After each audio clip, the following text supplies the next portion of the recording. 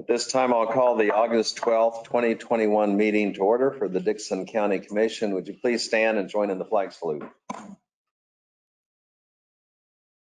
I pledge allegiance to the flag of the United States of America and to the republic for which it stands, one nation, under God, indivisible, with liberty and justice for all.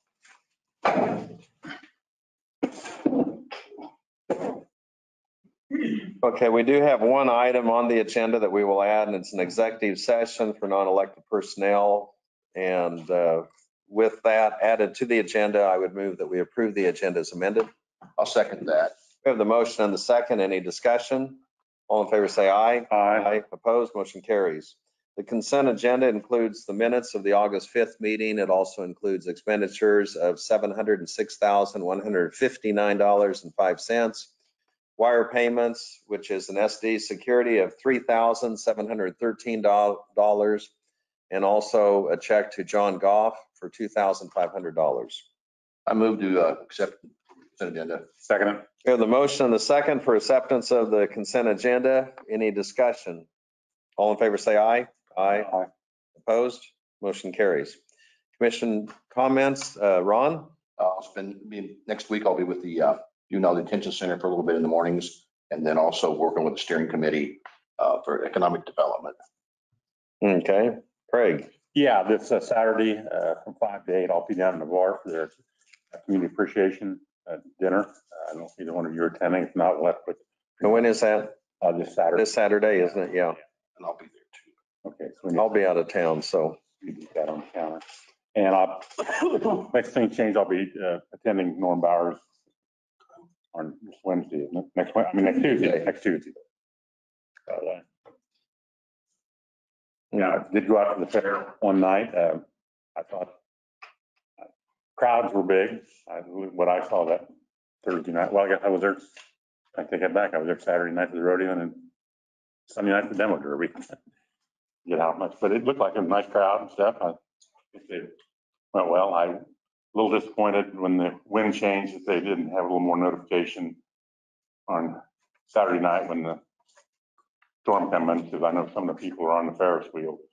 Had a couple people complain that they should have known that it was coming through, but anymore with this weather we have, nobody was hurt, thank goodness. So that's all I have, Lynn. Oh, okay. I have a DK EDC meeting, economic development meeting tonight with Chuck Scott and other board members. And of course, I'm a ex officio or non-voting board member representing the county on that group. Earlier today, we had a department head meeting. I thought one thing that, I mean, it's just amazing all the work that all the departments do and what's going on in the county. And of course, Martin had given us updates on some of the roads and projects ahead. And I'm not going to cover everything because I mean, it's just good, helpful information. But also the health department does have a dashboard that they've put up on Facebook. And so it will have some information in regards to COVID or the Delta as far as instances in the county. And that's something we're monitoring. We don't want to overreact and yet, you know, it's not something that we're just looking the other way either. So we're just trying to monitor that. And, you know, the schools are starting up and I know John Holtgren has been very communicative with the superintendents of the schools, and in turn they have with their school boards. And so anyway, we'll gather information and provide helpful information and also monitor what's going on to the best of our abilities. I also possibly Tuesday will go in and see on the Norm Bowers retirement. Originally, I was going to see Willie Nelson. You know, he didn't keep his concert there in Stiefel. So anyway, they're going to reschedule that, I guess. So that changed plans there. Willie, Norm. He's 88 years old, Willie Nelson is, so I'm not sure how long they can put that concert off for. Okay, that's all I have, and we do not have any petitions or proclamations. Oh, I will mention earlier, we did have from Logan Township, and they had mentioned a couple of road issues that they have. And of course, I mean, that's what we want is the townships to be communicating with us, but also they have their certain responsibilities. And so anyway, we're going to gather more information and work on that. And it was in regards to some road deterioration on Nail Road, and then also some issues on Oak and Nail Road around 1700 Avenue. Okay. Are there any public comments? And if you would have any, you'd want to give your name and address. And this would be opportunity for public comments. Got Rhonda's got her hand raised. Okay. Yes, go ahead.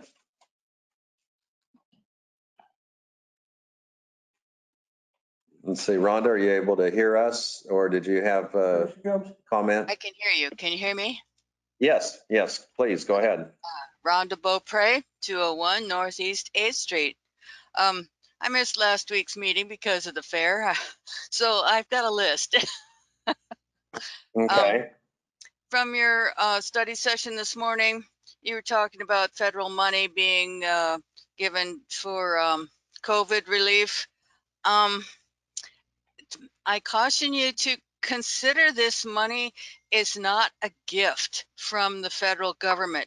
This is taxpayer money that we have paid in to the IRS, and so consider carefully what you do with it. It's not just free money, and our taxpayers, we will be concerned how this money is being spent. Secondly, in the same vein, bonuses that you might be considering paying to county employees, it kind of looks bad. They may deserve it, but you're going to have to sell that to the public, because this is our taxpayer money and it's supposed to be for COVID relief. And you're gonna have to sell that to the public, that it's bonuses to county employees are justified. I'm not saying they don't deserve it, but it looks bad. So on to my third subject. Why did we switch meeting software for these meetings? Who decided that and why? Can we get an answer for that? Because the GoToMeeting software was very handy for being able to put messages in the chat to see who else is at the meeting watching and chat with them, or to ask a question of the commissioners and so on. So I'd really like to go back to that. If there isn't a particular reason that we're using this webinar software instead, can one of you answer that question for me? And then I have the last subject for the day. Sorry. No, that's fine. Constitution Day is September 17th every year. And I'm wondering if you guys would be interested in doing a proclamation concerning Constitution Day, or perhaps Constitution Week, or even Constitution Month for the month of September, to emphasize to the schools, especially where some of this information hasn't been covered very well in the schools, and perhaps a proclamation, especially if it appears in the newspaper or some other public type venue. Maybe it would encourage people to study the Constitution and learn what our rights are, and so that we recognize when they've been violated and we can stand up and defend them. Now, Okay, I have an ulterior motive. I'm teaching classes on the Constitution. So, I'd really like to see more people come to my classes, but nevertheless, it's a good thing to promote, especially in the schools and, and for adults too. So we know when our rights are being violated, we can stand up and defend them. And so that's all I have. And can I get an answer, please, on that meeting software? Thank you very much. Sure. I'll cover a couple of them. As far as the federal money, we didn't really ask for that money, and we are very aware that it's taxpayer money, but it was authorized and sent. And I know there's issues with national debt and so on and concerns, but that is money that if we do not use it, we lose it. But I don't know that it's. I think that probably money would get spent anyway. The second part about I wouldn't really term it as bonuses, but we did bring up that, and I'll use the example even on the city of Abilene. I believe they paid Marcus Rothschild extra money because he had extra responsibilities, and so it's more of a stipend that may have to do with extra hours spent, and salaried people do not get overtime, even though they often work overtime. But anyway, we'll take that into consideration. And I'm not really speaking for the entire commission on that. That's just my thought. The Constitutional Day, I believe they did have something at the Eisenhower Library. They used to have that and have all the kids show up. And of course, the library is closed down now. But if we did have a proclamation, and sometimes we revise it. I mean, it can't be just pages in length, but if you did have something for Constitution Day, we could read the proclamation at the meeting. The software is just helpful to us. I mean, this webinar, we've just kind of switched around, and a lot of it is the meeting space here. And of course, the other thing is,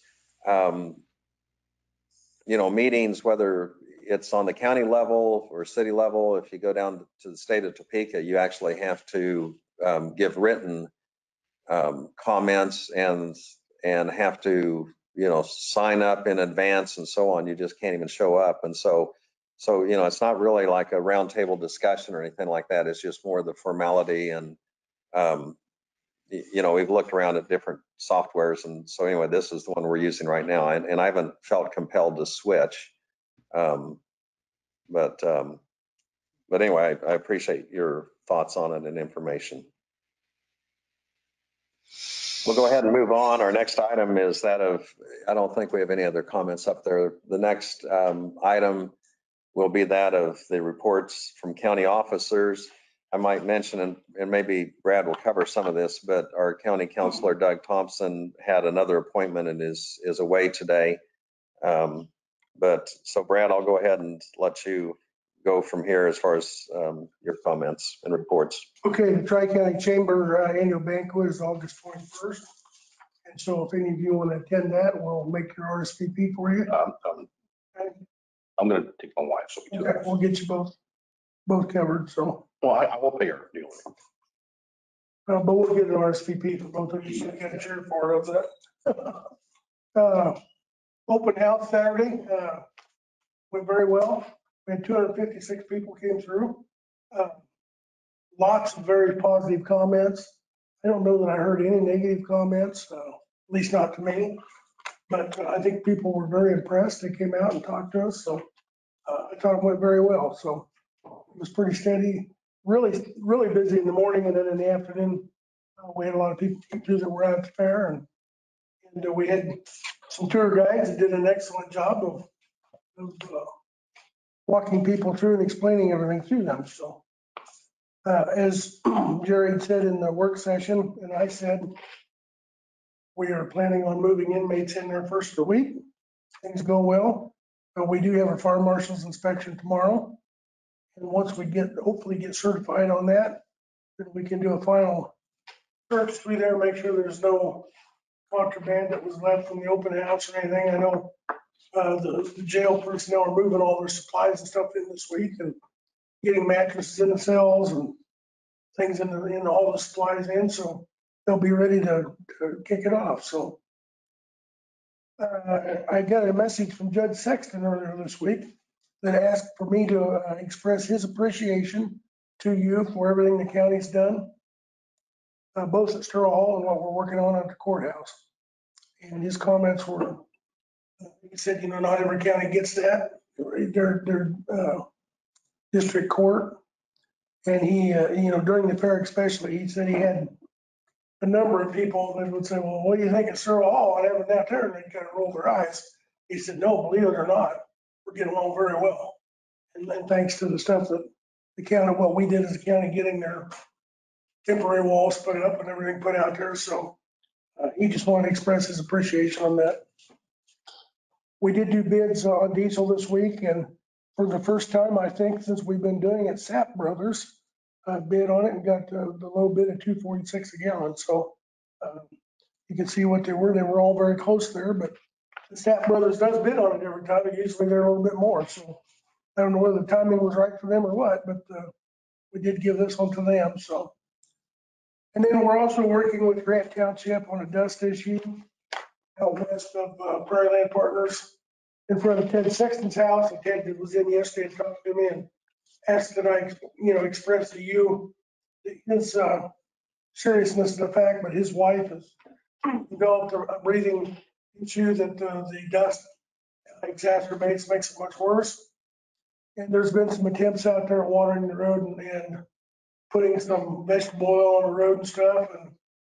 And so we're trying to work with the township, and I told Ted we'd work with them. And I talked to Mark a little bit yesterday about, you know, from the conversation with Ted, the gravel we've been getting a Woodbine that the township's putting out there, we've heard for a couple of years, it's so soft.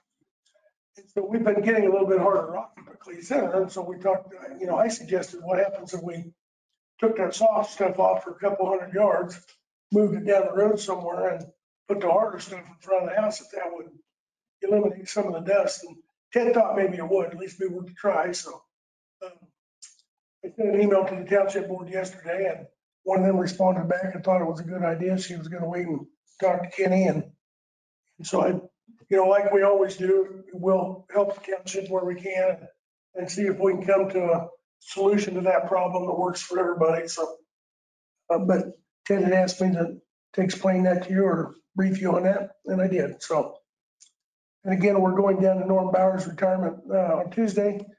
And Norm was a KAC engineer for 10 or 15 years. I don't know how many times we had him into Abilene to do training at our township night or a different event. It was always very, very entertaining, and we appreciate everything he did, and we really miss him. So we're going to go down and thank him for that. So Maybe he'll still do a road show occasionally. maybe he will. We'll see. So, but we will let him know how much we really miss him. So that's all I had. Okay, on notices and communications, we just had a couple of things. The Kansas prosecutor sent out their magazine. And then also I received a packet and had some letters and information in regards to the National Heritage Area.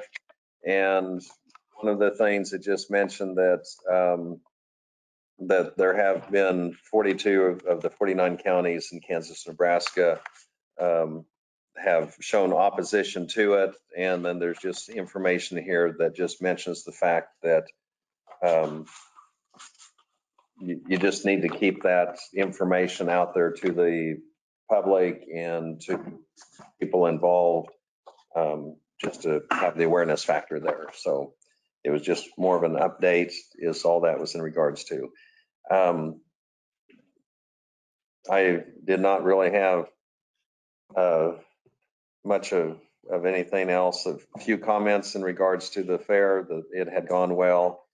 I think, and then some of this was answered earlier, but a few people that are concerned as far as how the information is dispensed and regarding COVID and Delta, just that they want the public feel as public members, they need to be informed, which I agree with. But I mean, there's things on the national news and state news and television. KDHE has a website. And then also as mentioned that we do have a dashboard on Facebook that will give some information. So the main thing on that is just the encouragement that there are precautionary steps that people can take. And if people choose to mask, or if any stores decide to do that, we need to be respectful to each other on it. There's going to be people that choose not to mask. And so, it's just some of the hygiene of washing hands. And if you're sick, get tested or stay away, or let people know that you aren't feeling well, rather than going out in the public or to work. Just we need to take steps and work together on that. So, and hope things go smoothly. We do not have any unfinished business. Under other business, we have to consider the purchase of a Lucas chest compression system for EMS. And Brad, do you have the information on that? I do. I'll hand you, I just didn't make multiple copies. This is a kind of a new technology device that John is requesting that we purchase. It's a device that they can put a person in that's in cardiac arrest, put on them, and it does the chest compressions for them rather than one of them getting up on top and doing the CPR compressions. This would allow both paramedics or EMTs to be able to do other things on the patient. And if you've ever done CPR on somebody, you get extremely fatigued very fast. So you tend to switch off with other people. A lot of times in our county, the first responders at the scene obviously have started CPR, and one of them will continue in the ambulance or ride to the hospital with us because of personnel issues, or they will drive the ambulance and both of our personnel will be in the back with one of them continuing to do the compression. So this is a device that goes on the patient. There's a picture, I think, on the second page that shows how it would work and does that. Under the state contract, Don's gotten a bid from Stryker, which is a company that makes those. They're not cheap, but they're $14,648 a piece. And we would like to buy 5 of those, one for each ambulance. The total would be $73,243. And we do believe that because of the public safety factor, the fact that unfortunately we've had to utilize CPR on COVID patients, this could be used, paid for by the COVID monies. Relief. I was wondering, I would think that would be okay. Applicable there, right, directly. So we would request that we do that, and certainly would be a purchase that would serve the whole county. So hopefully you're not the recipient of it. Yeah, but But if you are, it's a piece of technology that certainly can save lives. So. Okay, any questions from the commission on that, or a motion for approval or disapproval, either way? I'll make a motion to approve the purchase of the 5. Okay, Second. we have the motion and the second to approve the purchase of 5 Lucas chest compression systems for EMS. And there's approximate $73,243. So I may be afraid if that applies, but okay, any other discussion? All in favor, say aye. Aye. Opposed? Motion carries. We're going to go ahead and go to our one addition to the agenda, and that was executive session for non-elected personnel, and that would be for 10 minutes. And so it involved the commission and Brad. Anyone else need to be in on that? Nope. So, I'll make the motion to go into executive session for personnel. okay. That. So we have that motion and the second. It's 11:24, so 11:25, we will be in executive session for non-elected personnel. All in favor, say aye. Aye. Opposed? Motion carries. We're going into executive session.